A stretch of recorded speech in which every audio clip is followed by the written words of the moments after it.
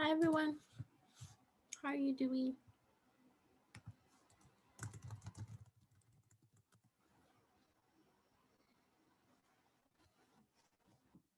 Hi, Jose.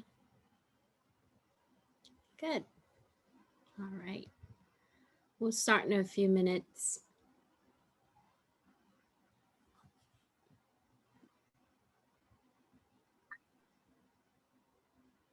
Any question before we start?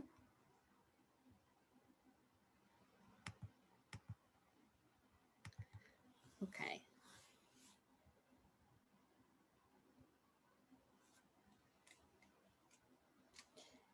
So while we wait, you can check out what we have to do for day 2, which is still going to be in the assignment 1.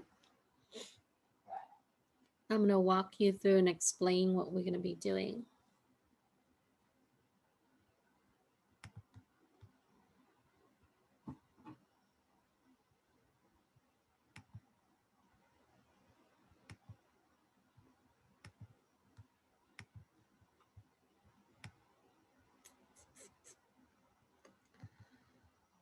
And then tomorrow, tomorrow we're going to work on the lab, and then on Thursday we're going to do the lab. Okay, so we are going to finish the second part today. Hi everybody.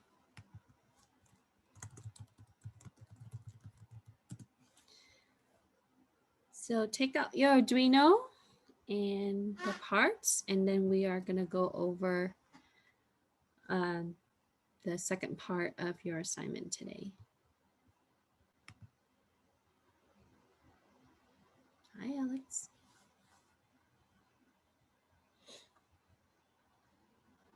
We'll start in a couple of minutes, just trying to wait for everyone to get here.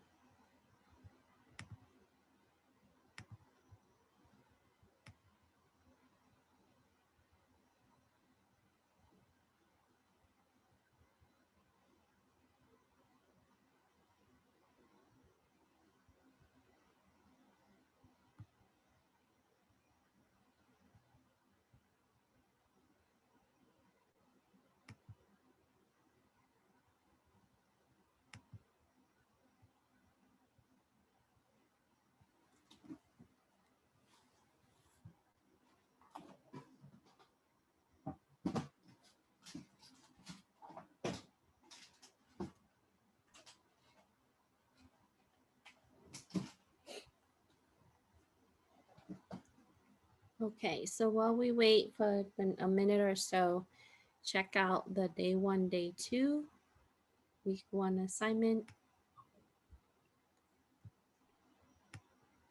And if you didn't get a chance to work on stuff yesterday, you can still catch up. It's pretty easy.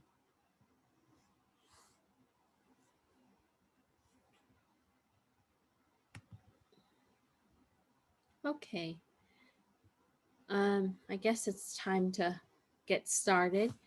So we are going to finish up the week 1 assignment today. And if you don't get a chance to finish it all today, you can still work on it. But just get it finished by the end of the week. That will be okay. And then, so I wanted to preview and explain a little bit on what we're going to be doing. So yesterday we talked a little bit about Arduino and the basics of Arduino. We worked on plugging the LED directly into the Arduino. And then we worked on some of the RGB. So that's what we left off. Okay. So I'm going to go ahead and let me switch camera real quick before we start.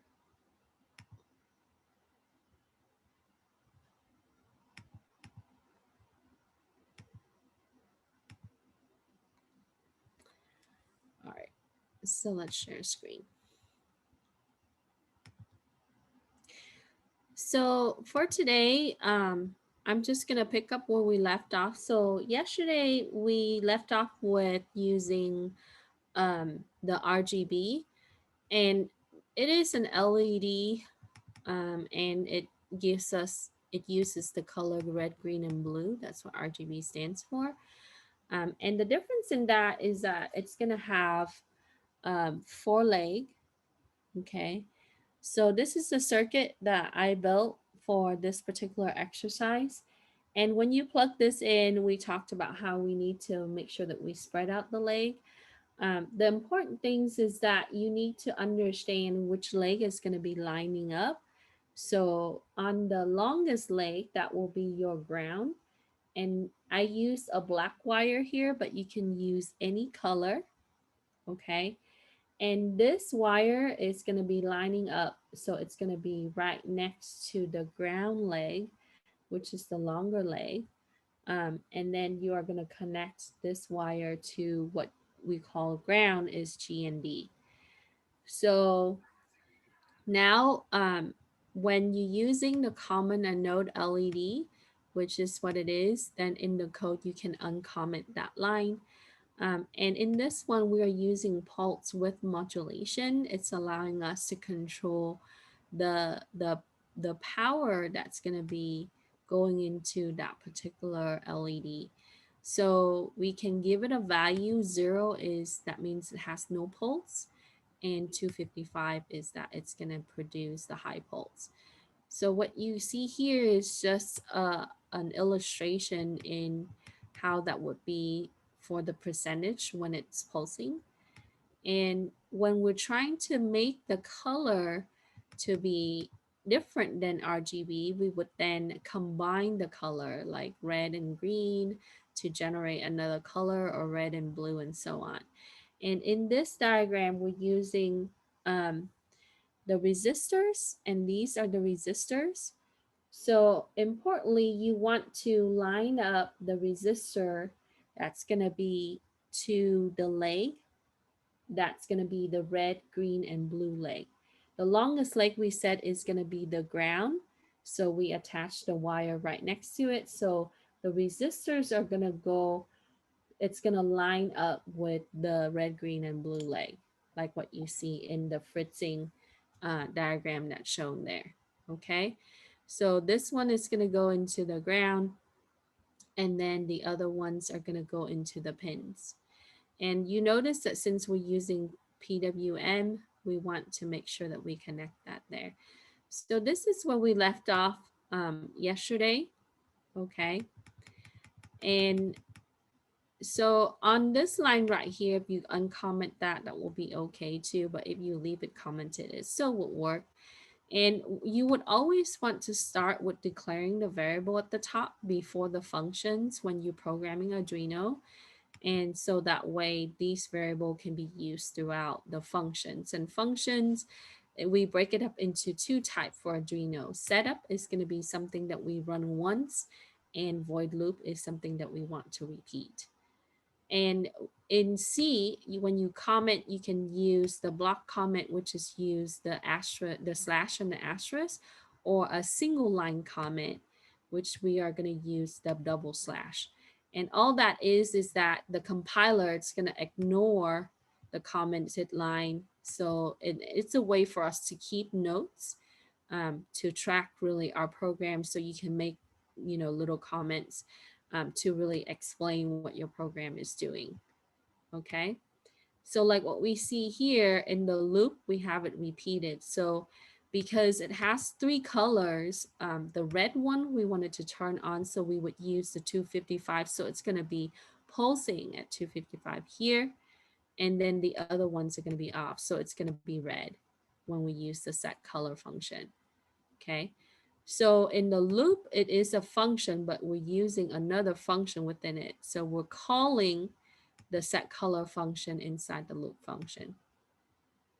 And you notice that we're using void. We're not using, so in C, there are 2 ways that we can declare a function. We can declare it using void, or we can declare it with the data type. And we touched a little bit on data type yesterday. That would be int, right? Sometime that would be string, or it would be double, etc. Okay, depending on the size of the memory that you want for that will be allocated for the execution of that function. So what you would see is in this particular code block, you would then be able to set your pulses. And so on this one, if we want to make it green, it would be 255, and that will be the second, right? It's red, green, and blue. So we would turn off the red and turn off the blue, and so on. So if you combine the color, then you would get another color. So you would have a red and a green. It's going to give you like a yellow, close enough, like amber, and then the purple, and so on. Now, since we're using the set color function, we declared, we use this function, so we have to define it. We have to say what it is. And the variable, we would then use it in the argument. So here we would pass the variable inside the argument, which is inside the parentheses. Okay. Now delay, this is built into Arduino, so it understands that command as wait. So when we want things to blink, we can have it wait. So it's going to turn on red and it's going to wait 1 second. So that's going to turn on for 1 second, and it's going to turn on green for 1 second and blue for 1 second, and so on. So if you increase the value that you use in the parameter for the delay, um, then it's gonna be longer, right? So if I want 6 seconds, then it will be 6,000, because this is in milliseconds. Okay, so this value is represented in milliseconds. Now if you want it super fast, then you would decrease it. Okay, and for C and C++, right, we want to finish out our statement like this with the semicolon. And since it belongs, this entire block belongs to this function, we would enclose it by the curly brace. So that is basically the simple syntax for C. And for Arduino, you don't really have to do a lot with some of the functions you see. Like we would use array, which is what you see in the next exercise. Um, we would declare a function, we would declare variable. Um, Once in a while, I've seen programs that use this pointer, but you don't, because the microcontroller is pretty simple. It's really designed to execute that task continuously. And so once you upload your program to the Arduino, it will keep doing it as long as you give it power, right? It doesn't change in any way. So you can add in loops and conditions, conditional statement like if else. So that way you can specify, like we talked about street lights, right? We can, microcontroller is used in a lot of different things, from mixing stuff for producing cereals to, security, camera systems, and so on. So you would see it being applied to a lot of different things, from consumer to industrial. So when you plug this in and you upload your sketch, what you would see is you would see that it should output some kind of light. And the troubleshooting part is if you don't see light blinking or light turning on after you upload it and you're not getting any kind of error, check your connection, check your resistors. It could be that you're using the wrong size resistors. So give me 1 second. I'm going to pull up. I think I put a link for you on how you can read your resistors.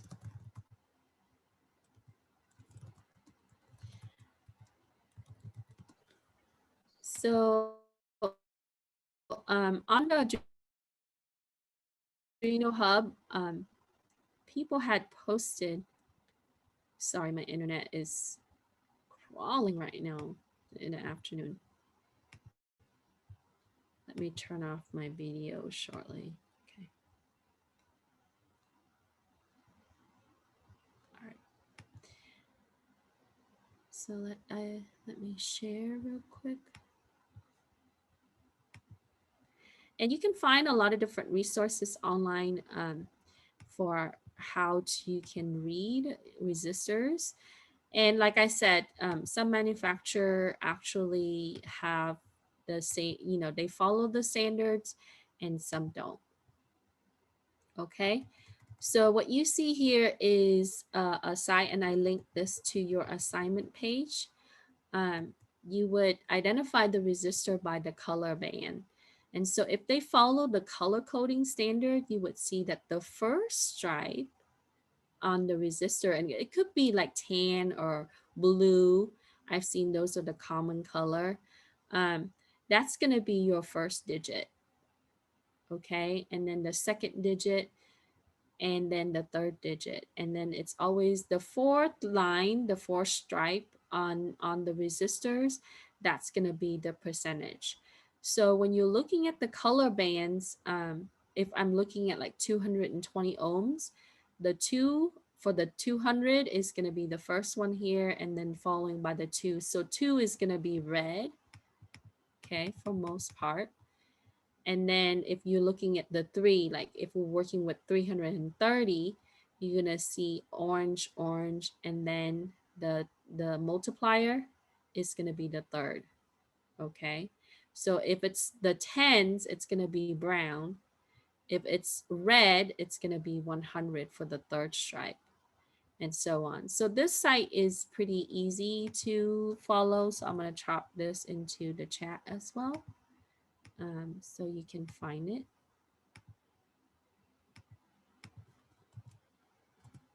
Okay. So in any time that you have a hard time, and it's sometimes it's difficult to really distinguish the color between like dark brown and purple sometimes, right? So when you look at the purple, those are going to be like the 7. So if I'm looking up for 270 ohm, I would look for red, purple, brown, and then likely I would see like a gold or a silver at the end. Okay. So now, like I said, we can't be sure 100% on how some of the manufacturer, they do follow the resistors color code, and some of them don't. So now if they don't follow it, they actually would have a chart on the box or on the package, or some kind of label for you to refer to, or you can go to their website and look that up. Okay. So that's how you would read the resistors band, because even I find myself sometimes like I can't see the tiny line between the different colors, and that's really common. So I tend to just buy like a bunch of the 1K separately and different packages, so that way I can keep myself organized, as they can get all mixed up easily. Okay. So after you finish the RGB, you can take a picture and you can post that. So that's where we left off. And so on the second day today, we are going to we're going to build a circuit that's going to represent a binary dice. And I know some of you are familiar with binary because you have me for CIS 11 or 7. We spent a lot of time on that. And then some of you haven't learned binary before. So binary is just a number system that's used in the computer. The computer sees all your data as 0 and 1s. You probably know this. And the way that we would represent the equivalence in decimal, our counting number, I call it the human, right, ternary number, is going to be, it's going to be 2 to the power of n, or it's multiple of 2. So when the rightmost bit is on, like in this example, so if it's showing 101 like this, then it would be equivalent to 5, because the first bit is on, that's equal to 2 to the 0, which is 1, right? The second bit is off, so that's 0. And then the third bit to it's the left. So as you go left, that's going to be increasing in equivalence for the the decimal equivalent. So that's going to be 4. So we're only going to add the bits that are on. So this one and this one gets added. So decimal 4 and decimal 1 gets added to give you decimal 5. So what we're doing is we are going to create a dice that's going to turn on the LED. And since the dice only have 6 face, that means if you're looking at a regular dice that you roll, right, it has 1, 2, 3, 4, 5, 6. So we're only going to need 3 bits to really represent that, which means that we're going to have 3 LED that's going to represent the number. Okay. So if we have all ones, that means that it's going to go 1, right, plus 2 plus 4, which exceed the dice face, but we would start with that. Okay, so when we add everything total up, that would be 7. So in most case for our dice, it would be just, the 2 that's going to be blinking or the 2 that's going to be turning on. Okay, so that kind of give you the preview. We would use 3 LED lights to represent the binary value, and we can calculate that, and I will show you how you can represent that in a decimal number in your code, and it will show on your serial display. Okay, so for this exercise, you're going to need an Arduino Uno, a USB cable. You would need 3 LEDs, any color you like. You can use 3 different colors or all the same. I just use the same, so it's easy. You would need 3 of the 300 ohms resistors. Okay. The reason why that you would see that we're using resistors, whenever that you're using the regular LED instead of the RGB, even RGB, anytime you're using LED, you would use resistors because you're going to have a high current flow from the Arduino to your board, your circuit. So we want to regulate that, right? And so if we have the higher value resistors, we would have less voltage.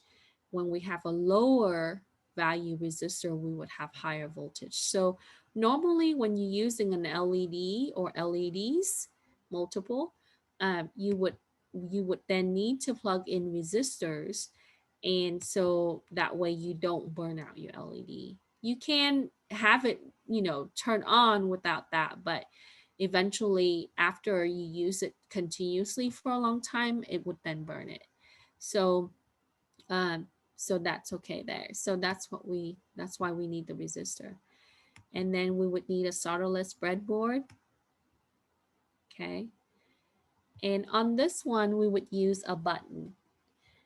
And a button is a form of a switch, and so this is a four prong or a 4-leg button. You sometimes would see 2-leg button.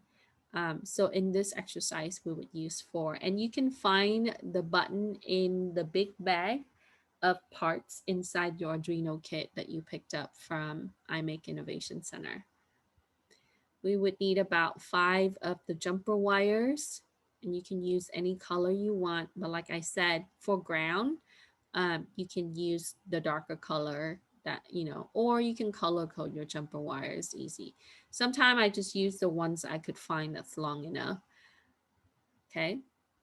And then you would also need to have the preform breadboard wires, and those are the ones that are going to go here. They are used to bridge the channel. Okay, the channel on your breadboard. So the lines that you see there, those are the preform. Okay, and if you don't have the preform one, you can use the regular jumper wires. That's fine. They work too. Okay, as long as you have connectivity there, it should be okay. Okay, so we would then plug that in. Now, when you look at this diagram, you ask yourself, well, I don't know which leg is which. You see how they draw it when it's sticking out, it's kind of like curling, the leg is spreading out like this on the right. That's going to be your longer leg. Okay, if it's straight, that's a shorter leg. Okay, so your resistor needs to line up with the longer leg. Okay, so when you plug that in, it needs to line up with the longer leg. And then let me turn on my video. I think I should be okay now. So this is the one. I have multiple Arduinos, so I don't have to upload my code and replug everything in. That's not the one. This is the one. Okay. And as you can see here, my Arduino is a little bit different than yours. This is a different brand Arduino. It's still an Uno. This is by Key Studio. This is the kit that I got for my C++ student a long time ago. We did this in C++ class as well for a couple of units, so it's pretty fun. And so it looks exactly the same, just different color and different brand because they use the same design as we talked about common license. Okay. So on the circuit, I use blue. And as you notice, like we have to line up the resistor with the leg, okay, with the long leg. And then you need to line up the wire that's going to go from your breadboard to your Arduino, right? You see the blue, the white, and the yellow wire next to my finger. Those need to line up with the resistor, okay? So it would have a flow. And then on the button side, the buttons is going to be connected to pin 12. And we are bridging that because we do have to get the ground. And on this one, I use ground with the black. Okay. So take a minute or so and then plug everything in.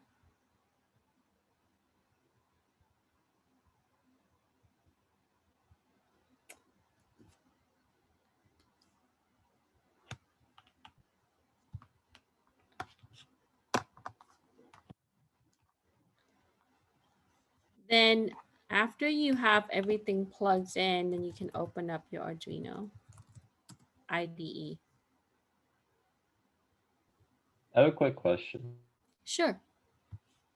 So does the resistor, I guess, placement matter, like as far as if we have it backwards or anything No. like that? Yeah, that doesn't matter. Okay. Thank you. Because yeah, it's conductive, so it's just gonna flow through it anyway.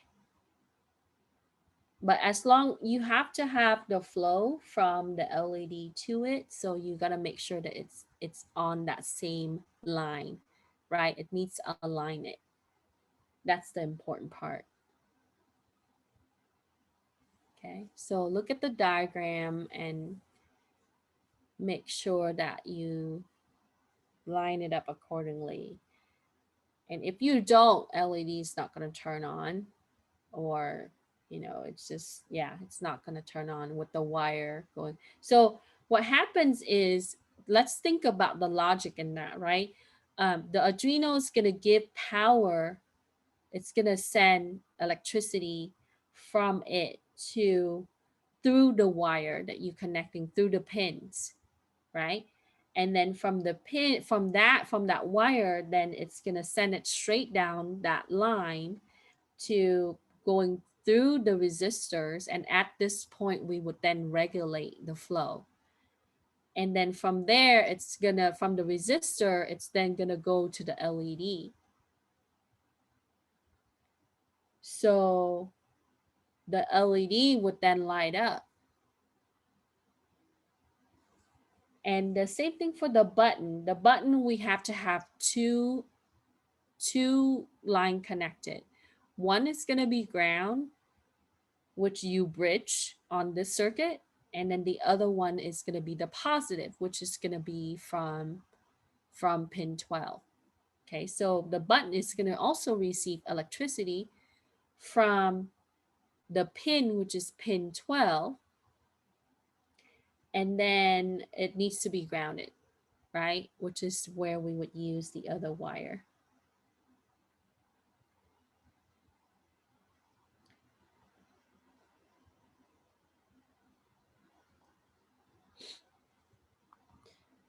So while you are plugging everything in, right, I'm going to go ahead and plug in my Arduino here. I have a shorter cable on this one. So you see it started blinking, right? And that's was instructed in the program. Okay. So when you look at the program and when you plug in the Arduino, make sure that you look for the LED, the green LED. Okay. That means that it's on. And then if my circuit works, it would then start blinking first before I press any button. So the point in this one is that when you press the button, it would randomly generate a value that would represent a dice value, like a 4, a 3, a 6, a 2, a 1, etc. Okay. And we would use the LED to represent the bits that will be turned on to give you that value, right? So unlike the last program, the variable decoration at the top that you see there is using const, which is a constant. So instead of using int d1 is going to be 2, we have int const d1 is 2. So now, does it really matter if you're using int or const? No, right? We saw in the last program, you can still declare, right, your pin value using int. But in this one, you can use a constant as long as the number has to be a constant value. It has to be a number. Okay, so we're saying that we are declaring that D1 is going to be 2, D2 is 4, and D3 is 6. And those are our LEDs, right? That's going to be the pins that we're connecting to the LED, 4, 2, 4, and 6. And it's of significance because you are having multiple of 2, right? Each bit is going to be multiple of 2. So the first bit is representing the 2, the 4, and the 6, and there's total of 6, even though when we calculate it, we're looking at the least significant bit as 1. Okay. So they did it this way so it's easy for you to wire up and it's kind of easy for you to remember. And then we have the int number. That's going to be a variable, and we talked about variable is just a memory location that's going to store a certain value, and we initialize it with a 0 because you want to randomize your value and store it into its number.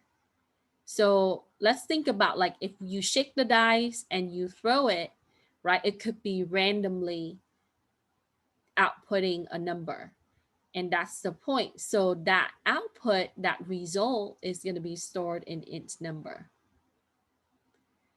So let me turn this a little bit so you can see my stuff here.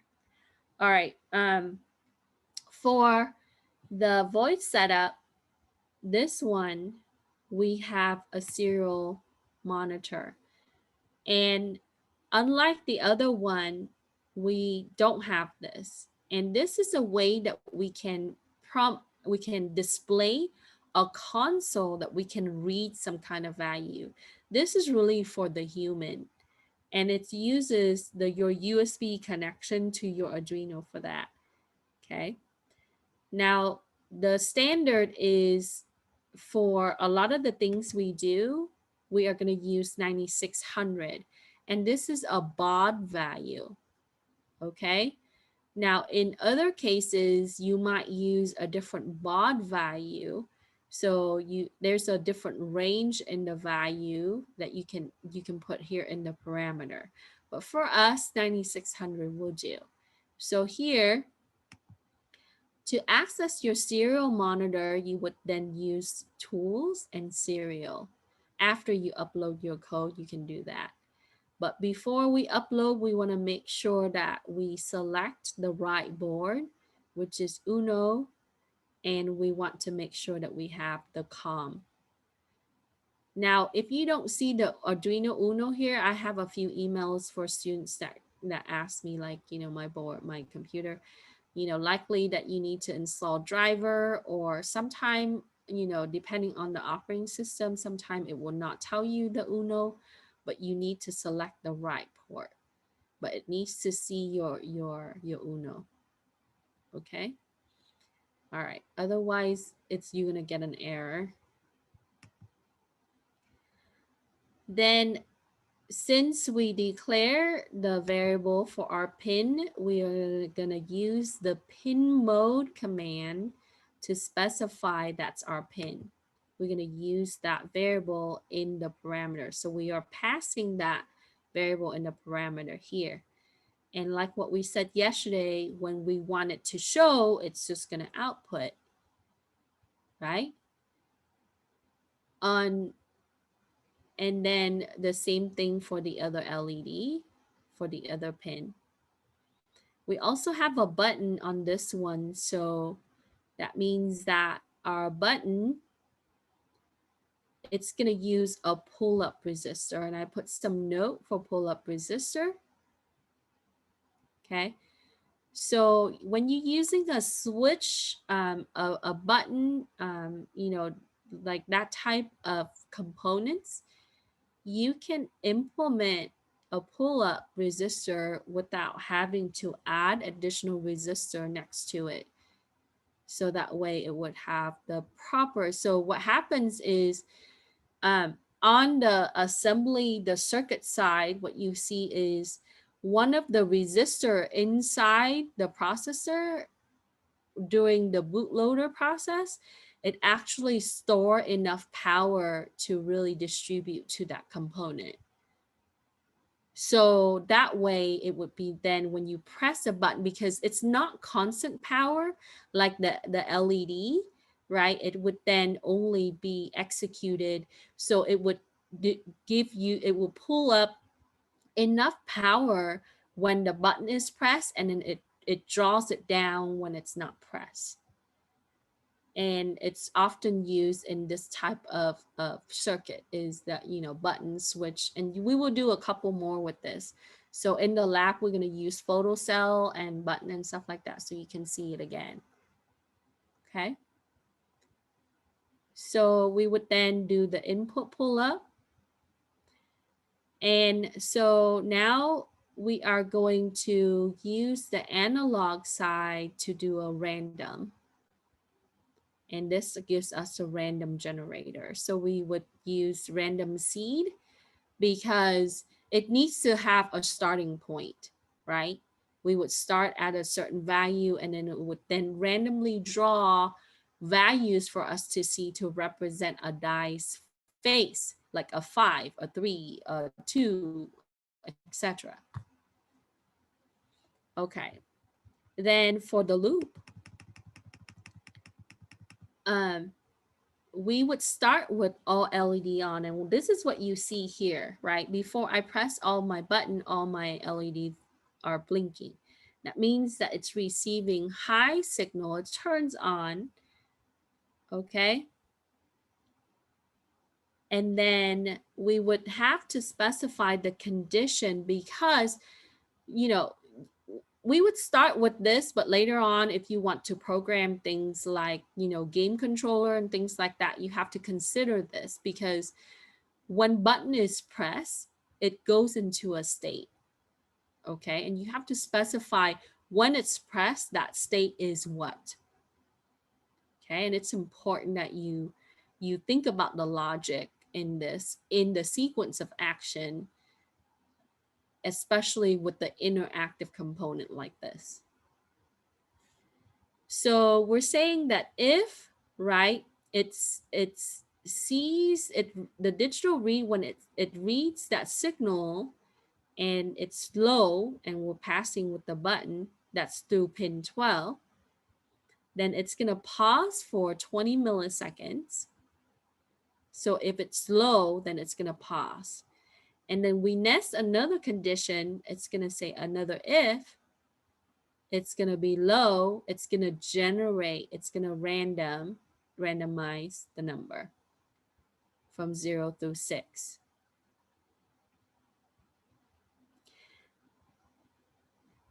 Now, we all know, for those of you who took my programming courses before, 7 or 11, we talked about pseudo-random and true random, right? And there would be more incorporated to really simulate what would be truly random, right? But I wanted to use this exercise so you can see a little bit more complex level than the last one, how to use more components and how to incorporate randomization and state in electronic components. Okay. And I also picked this because of the switch case. Now, the code that you have in your handout, there's not a serial print line. Okay. So I like for you to add for each of the case so you can actually see what number it's showing. Otherwise, you just have to calculate in your head what is the binary or the decimal equivalence to that binary value. Okay. So to make it simple for human, we would use the serial print line. So when you turn on the serial monitor, it turns on, but you got to tell it to show you something, right? And here in the switch case, what this switch case can do is it's going to apply a specific conditions based on the case. Okay. So for every case, that's going to represent a binary number for the switch. So I might have the first one turn on and the other two off. It's going to pause for 5 seconds. It's going to print me the value, and then it's going to break. Okay. Or we can look at a second case. Another case would be that the middle one turns on and the other two are off. Pause for 5 seconds, show the number, break. Okay. So the way that we would represent these are the options, right? It could happen. One of those options could occur. Okay. It can occur. So we would then implement the switch case. And for those of you who took C++ or Java, right, you've seen this before. So we would then have a case 3. Both of them are on. The last one is off. Wait 5 seconds, print number, break. Okay. So I did something similar to this in my C++ class to teach them switch case because they had such a hard time writing it. And some people are a tactile learner and it helped them a lot. So going back to the concept, right? And so when you do this, you're going to realize, oh, okay, I remember doing the LED and how we wrote the switch case. So now if the last one turns on, wait 5 seconds, print the number, and then break. So what I did was I added this line for each of the case so I can actually see what value that is in decimal, in human counting number, instead of having to calculate my binary values. Anyway, and then for case 5, we would have the first and the last one on and the middle one off, wait 5 seconds, print the number, and then case 6. Okay. So each of the case would represent what? Your decimal value. Okay.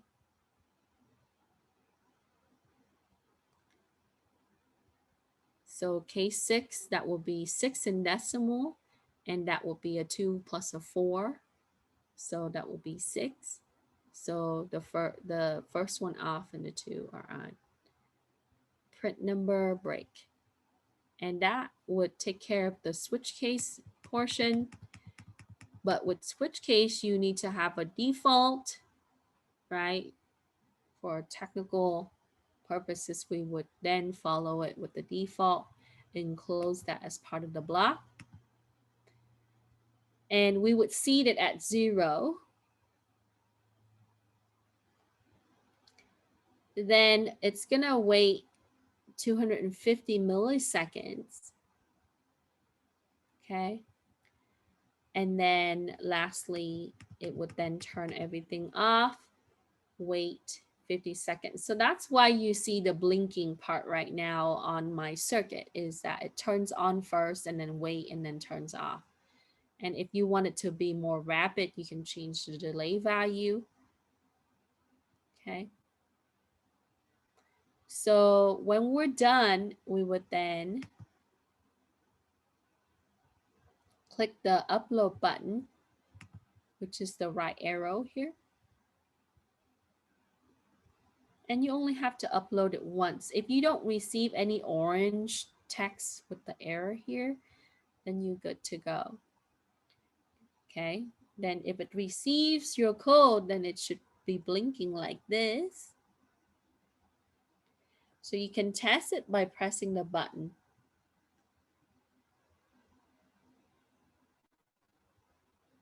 So if you have loose connection, sometimes it's not.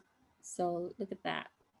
Now, how do I know if that's what number that is, right? Like I said, go to tools, open up your serial monitor.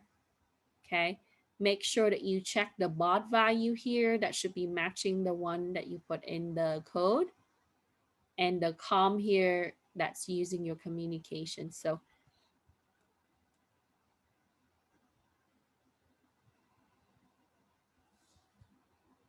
oh, I'm sorry, I unplugged this earlier. Let me redo that. I'm like, why is it not showing? All right, so everything is good to go here. And when you look at this, it tells you the size that it uses in the flash, which is 10% of your storage in the Arduino. And the maximum you would have is 32 megabytes. Okay. So we use a little bit of it. Now I'm going to go ahead and open up my serial monitor. And then I'm going to go ahead and press the button to test.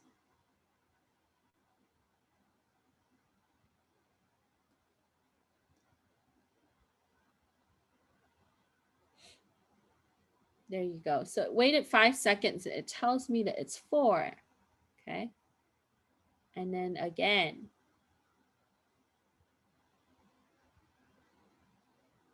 2. And then again.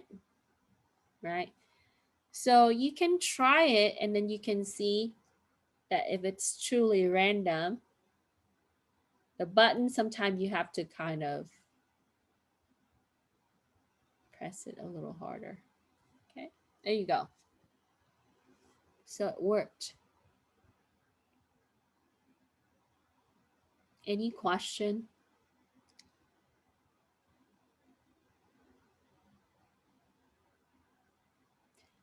So I altered the code, like I said, I just added the serial print line. This is an LN, not a 1 print line, and then I pass number.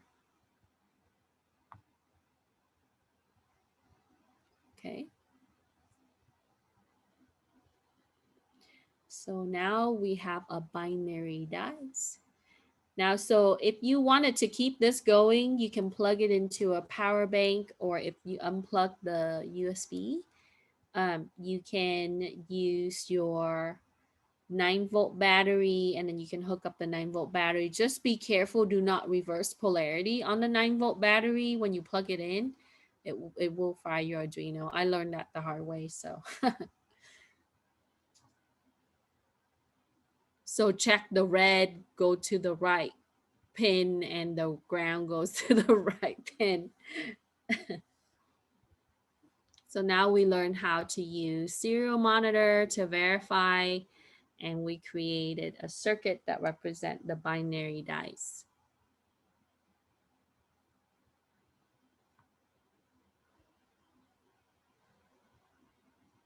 Any question?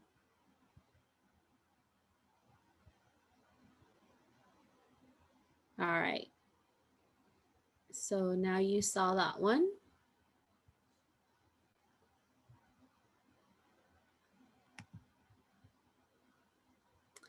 I'm going to go ahead and unplug this.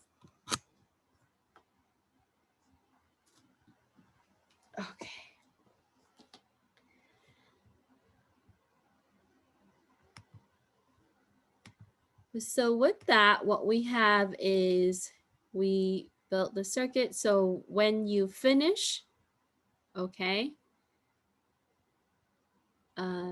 you can play with the code. You can, look at some of the questions. I only need a picture of it for assignment submission.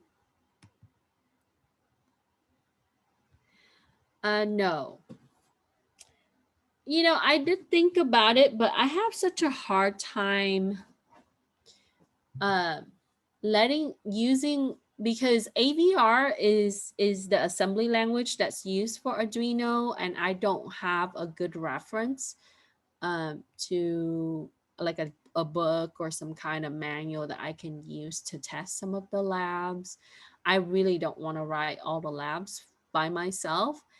Um, and it's, but considering that should be a good option, I'll check it out again because AVR is very close to LC3. Okay. Yeah, CIS11, I teach LC3, which is taught across many universities in the United States and around the world. It's a good language to really get the basic because ARM and AVR and a lot of the RISC architecture is the same. Yeah, I have it on my YouTube channel for the glass class that I've done. And ARM is okay to learn. There's some, ARM64 has it uses C compiler, but the challenge with using the C compiler is you got to link it to the right library. And if you don't do that, and if you don't have access to the library, it's going to be a little bit challenging. And then when you use C compiler, you got to use Visual Studio. And then, it's and if you've taken my class before, I don't like VS. So I write a lot of my program in text editor like Sublime, or if I use an IDE, it has to be like minimal. I don't need a lot of the debugging tool, so I usually just debug my own program. So I don't need all the fancy stuff that comes with the IDE. Like I tried using Atom for a little bit. It's a little weak on the, linking with the library and such.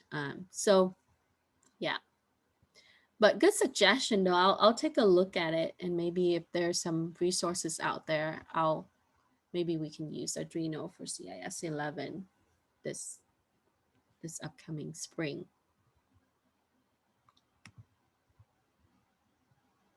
Yes, I will be, because at MVC anyway, right? I am the only one that's brave enough to do assembly. But it's people taught assembly before. It's not their favorite language to teach. So a lot of people can teach C++, Java, and Python. And I enjoy teaching Python a lot because, it's my baby. Those courses I wrote, and like Python, I grew up with C, but then learned Python earlier on in my career. So I transitioned with Python. So now Python is so cool now compared to before. Anyway, take a picture of your circuit.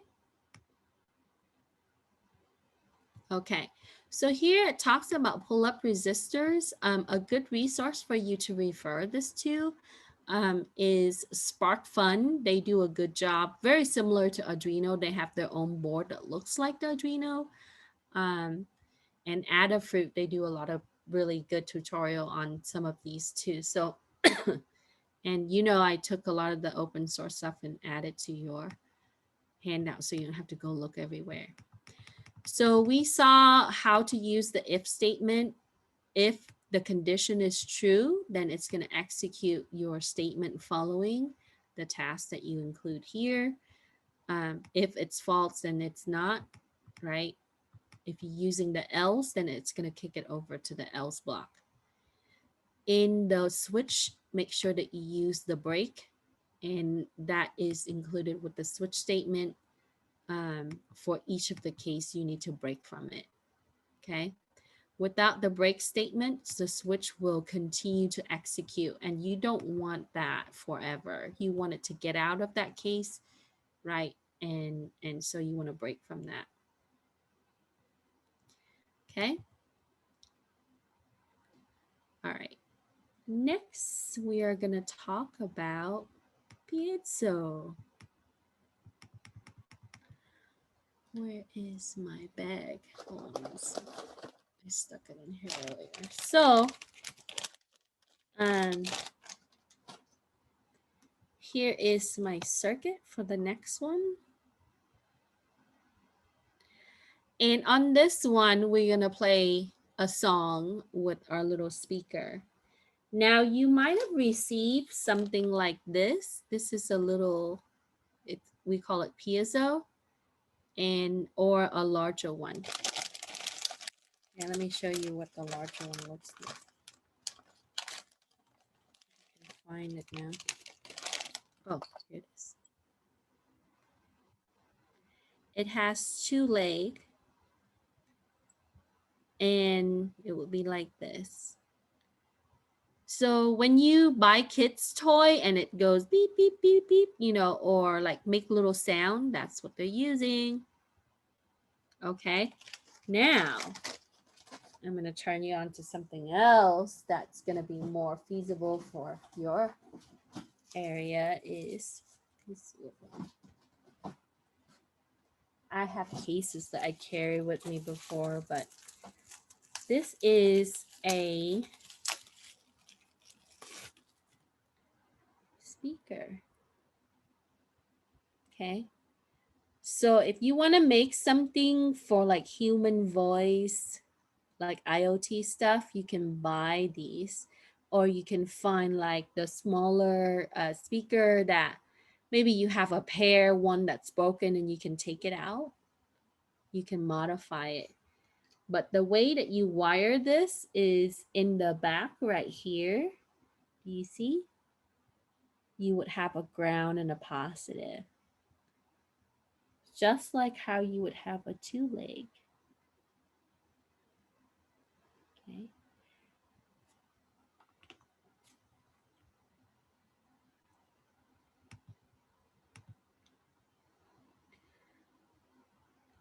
A reverse microphone.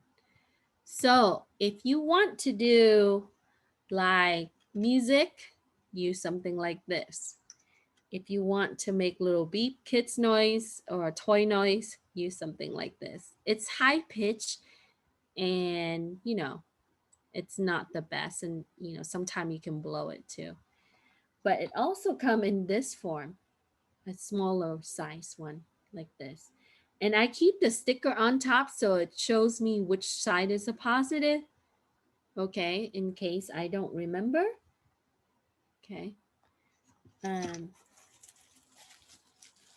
So I told you I've done a piano. I've done many piano projects throughout my time using Arduino. And one of the projects I did with the code students out in College of the Desert is using fruit. And then I modified the project and I used Play-Doh and foil and copper tape and pencil for the the cyber camp. So you can use anything conductive. Oranges are super conductive because they are the fruits that has a lot of juice inside, like lemon, oranges. I don't know if you heard about lemon battery. You can make like a battery out of a lemon or orange. Potato is also good too because of the acid that's in it. So fruits that have a high content of acid is super conductive. And so you can hook up like 5-6 lemons and use one of those as your notes. So if you're curious, search for fruit piano using Arduino or even Raspberry Pi, they have it too. I wrote a lesson on that. Maybe we'll do one and I'll let you pick and choose how you're gonna make your piano key. So on this one, we are gonna use the piezo, and it's short for piezo transducers. It is kind of like a speaker, but very small. It makes like, sound, whistle-like sound, or using tone. And so the range for this is very low compared to what you see on the higher end or larger speaker or normal speaker. Okay. And sometimes it's referred to as a buzzer. It has the oscillator that's going to use the DC signal, and it's going to switch. So as you, because of the limited frequency that you see here, you will get like less of the tone that you would compare to what you've seen in the larger range speaker. So the higher frequency, the higher pitch, the higher noise that you're gonna hear. So now one of the things that we are gonna do is we are gonna use pitches.h, which is a file that we have to define the notes. Like note C4, what is that gonna sound like? Okay. And we are going to use the tone command to generate the notes. Okay, so for the circuit, you are going to need Arduino USB, your breadboard, a piezo, a button, 3 LED, any color of your choice. You can use the same color or any color, the 2-prong LED. And then you need to have jumpers, jumper wires. So you can also use the preformed breadboard one for the bridge.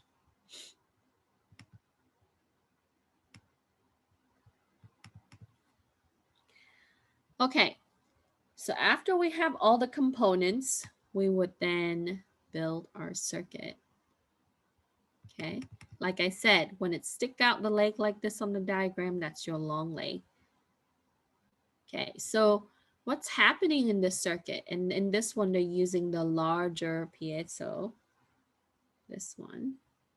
Okay, and or you can use the smaller one. I don't know if they gave you the smaller one. I asked for both, but okay. So what you need to do is when you are, this is important, when you are plugging it in, make sure that you line the wire with the leg. Not, if you're off by one line, it's not gonna work. Okay, so when I plug it in, I just tilt it, and so I want to make sure that I line it up with the wire. Okay, and then you see the red wire here. Okay, I'm going to show you. Let me unplug it.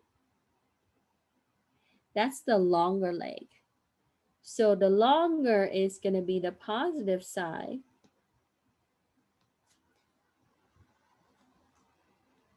And then, sorry, I gotta make sure that it's correctly plugged in there. So the longer is the positive side, and then the shorter is the ground.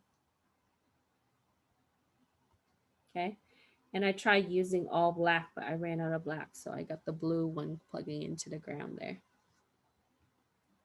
Close up. Okay.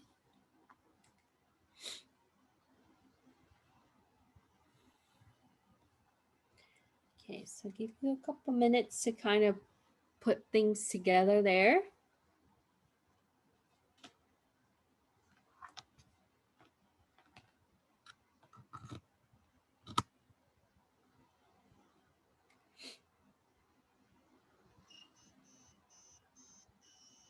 Can you hear it?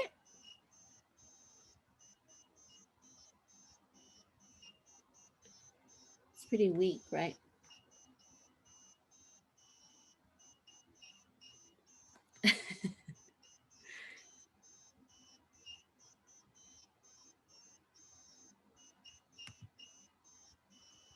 It's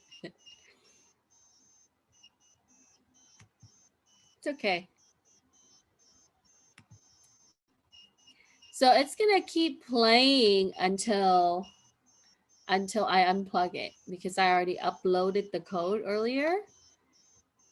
So now you know, if you wanted to make a happy birthday toy for someone, you can, right? You can stick this into a teddy bear and then put a battery to it. Yeah.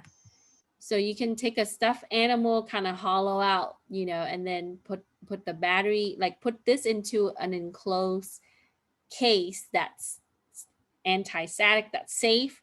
Put a battery to it, and then you know, there you have a toy.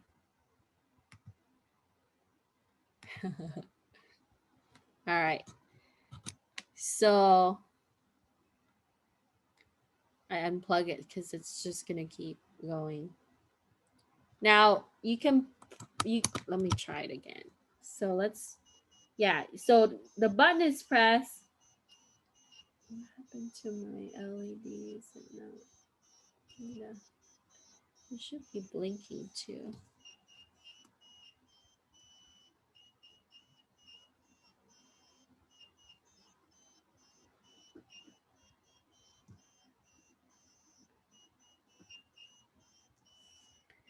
Let me fix that real quick. Let's see.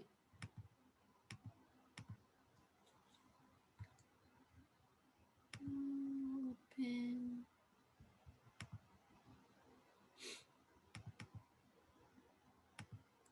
So one of the things that you need to do on this one is you need to create this pitches.h file. I put down the instruction for you to do that. Let me minimize this. Pull this up. Okay. So in order to make this file, which already existed, but you have to bring it out. So you are gonna click on this tab or this arrow, and you're gonna make a new tab. Okay. And then on the bottom, you're gonna see this little naming bar, this blank bar, you're gonna type it in. So I already named it pitches.h, but you would do the name here. Okay. So I'm gonna call it pitches1.h like this. Okay. But name it pitches.h because you're gonna include that in your main program. And we're gonna click OK. Then after you have this blank file, you're gonna go to File. You are going to go to Example. And here, what you have is you have access to a lot of these existing files that comes with Arduino library. Okay. Then what you're going to do is you are going to go to digital and you are going to select the tone. So you can use tone melody, but I have you use the keyboard. Okay. And then when that opened, you would see that there's a second file, not this file, but the second file called pitches.h. You can find this online too, but it's already built into your Arduino. So you are going to do Control A to select all, Control C to copy. And then you are going to go back to your happy birthday sketch, right? And you are going to paste it in here. That's how you're able to put the pitches.h file together. It's already predefined for you, so you don't have to type all of that out. So what this is defining the note. So if you wanted to play other song, all you have to do is to change the notes that you use here in this array. And the array is just, it's a container that's larger than your variable. It's able to contain a group of values. It could be notes, it could be string, it could be number. And in this case, it's a group of notes that we are using. So we are going to include this file, okay, after we paste it. And then we are going to go through and we can take a look at the code a little closer. So here we declare our button pin as 12. That's going to be the pin that we're connecting to our button. This is going to be the duration. How long do you want the notes to be? A quarter note, an 8 note, etc. So if you want it longer, you would have a value of 8, right? and or shorter would be lower. So this is also an array, as you notice that this would be a square brace. For the setup, we are simply going to use pin mode, and we're going to set up 9, 10, and 11 for out. I might have plugged those in. Okay. And then for the button pin, that will be for the input, because when you press the button, it needs to receive that signal and then transfer that. So it has to be an input instead of an output. Then for the repetition, we're going to put it under the loop. So you can have it repeated or not repeated. Okay. So for the button state, kind of like what we've done before, it's just going to be based on what signal it receives from the pin. And if it receives a 1, because that's the digital 1, then it's going to iterate. I think I need to fix my light. Okay. So here we have a for loop, and the for loop has 3 parts: where it's going to start, where it's going to finish, and how it's going to update. So it's going to start at 0 for this node. It's going to go up to 25, and it's going to increment. And so it's supposed to randomize the lights. It's going to also have a wait of 100 milliseconds. And then it's going to turn off. And then it's going to turn on the 2. And then it's going to turn off the 3. And this is a comment, so if you want to add that, you can.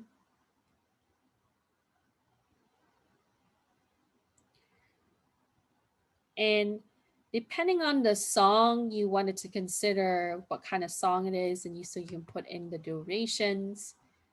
And so here is going to be for our note durations and how we want to implement it for that song. Okay. And then in this one, we also use a no tone command, and we simply pass how many milliseconds on that.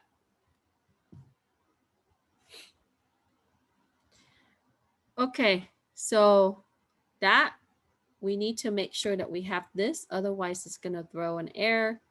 We have our main file. When you're done, you can click upload.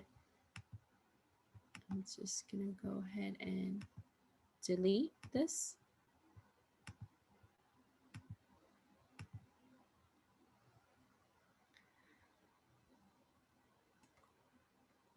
Okay. Yeah, I got the same issue earlier. Put it on a 3.3 volt, everyone.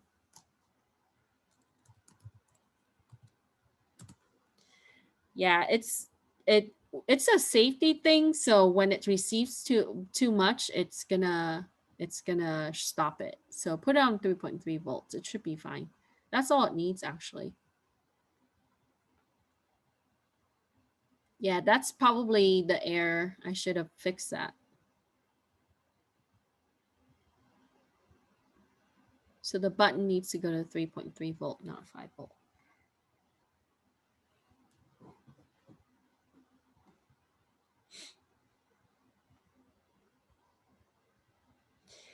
And because of that, I think that's why it's probably not able to give me the light that I need. I gotta check my connection. But it will work with the 3.3 volt. Because LED only needs like 1 point. So let's do 1 point. Yeah, that's probably why. Because I have 3 volts there. Yeah, I should be able to do that, but I'll double check. So ideally you should hear sound and you should see blinking. And then you can take a picture of your circuit and upload that.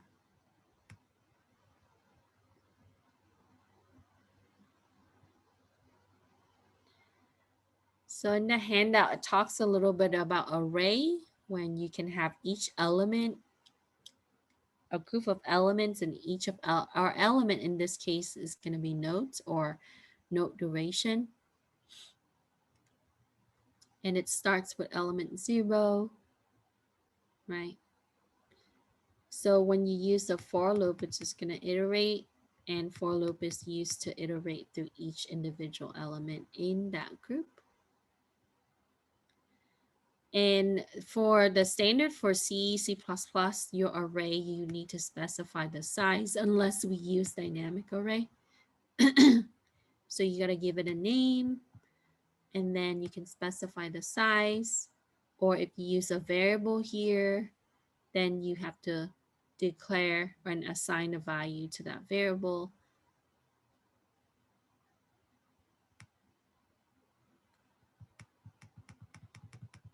And then it goes into for statement. Okay. So the initialization in the for statement, the first part is what's happening first, right? That's the first round. And then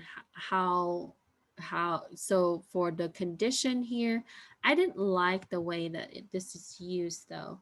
So when it's executed, it's going to test again up until, so this is always going to be the maximum value, and then how it updates there for the third part.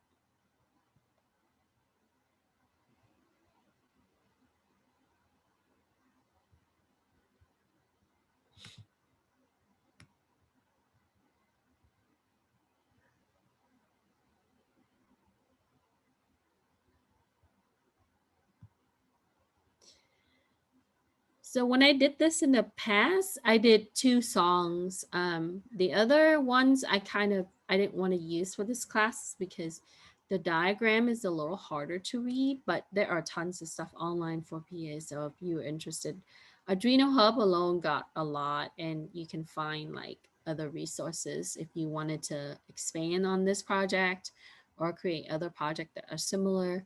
So I did the La Cucaracha one, and I did the Super Mario one with one of the groups. It is a lot longer for the Super Mario one, of course. So, but it's still the same technique, right? You have to set up your pitches file, and then you would include that, and then you would just program it so you can play with it, and even make your own. If you like a certain song or whatever, you can just add the notes. You can program it, and you can play it. Okay. So now you know how to use Piezo. Or the buzzer.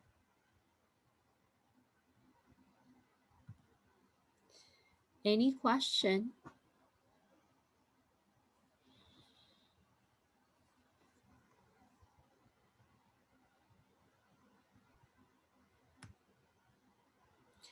So the lab is going to be only 2 exercises.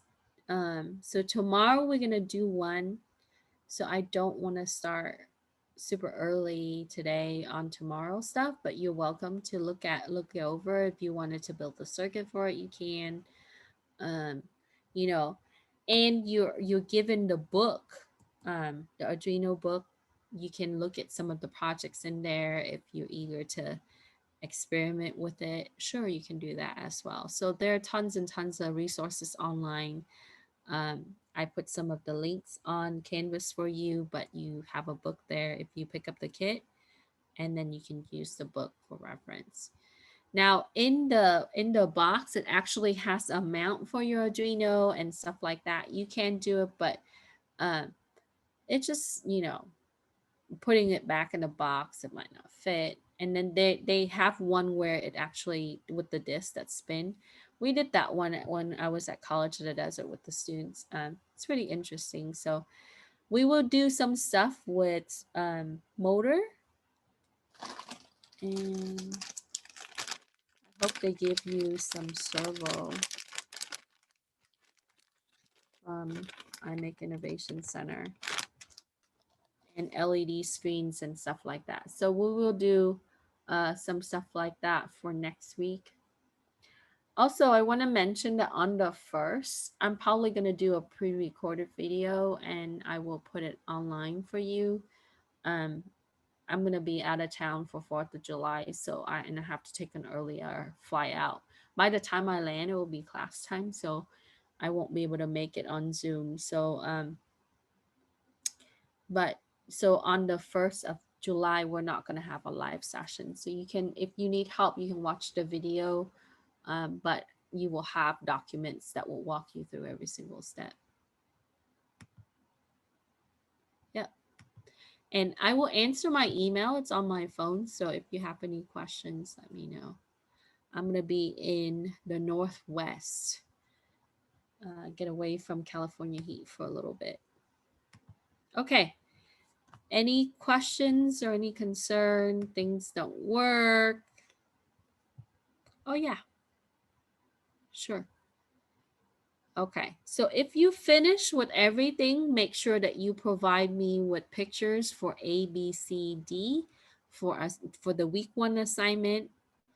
And we will work on the lab tomorrow and the next day. That's going to take care of Wednesday and Thursday. So we have gone from LED to RGB to piezo to button, right? To be able to include files. And we talked about having loops, condition, variables, and arrays. So in the last 2 days, we cover quite a bit for, it's fast. Okay. So I'm going to be available for help. You're welcome to stay on if you need help with your circuit or, your Arduino is not working. Please type your name into the chat so I can update your attendance for this week. I know some of you have. Yeah. I'm available for office hours through the office hours link at 4 to 5 if you want to pop in. And then if you need help, just you're welcome to drop by or send an email, Canvas message. And have a good afternoon. We'll finish a little early today.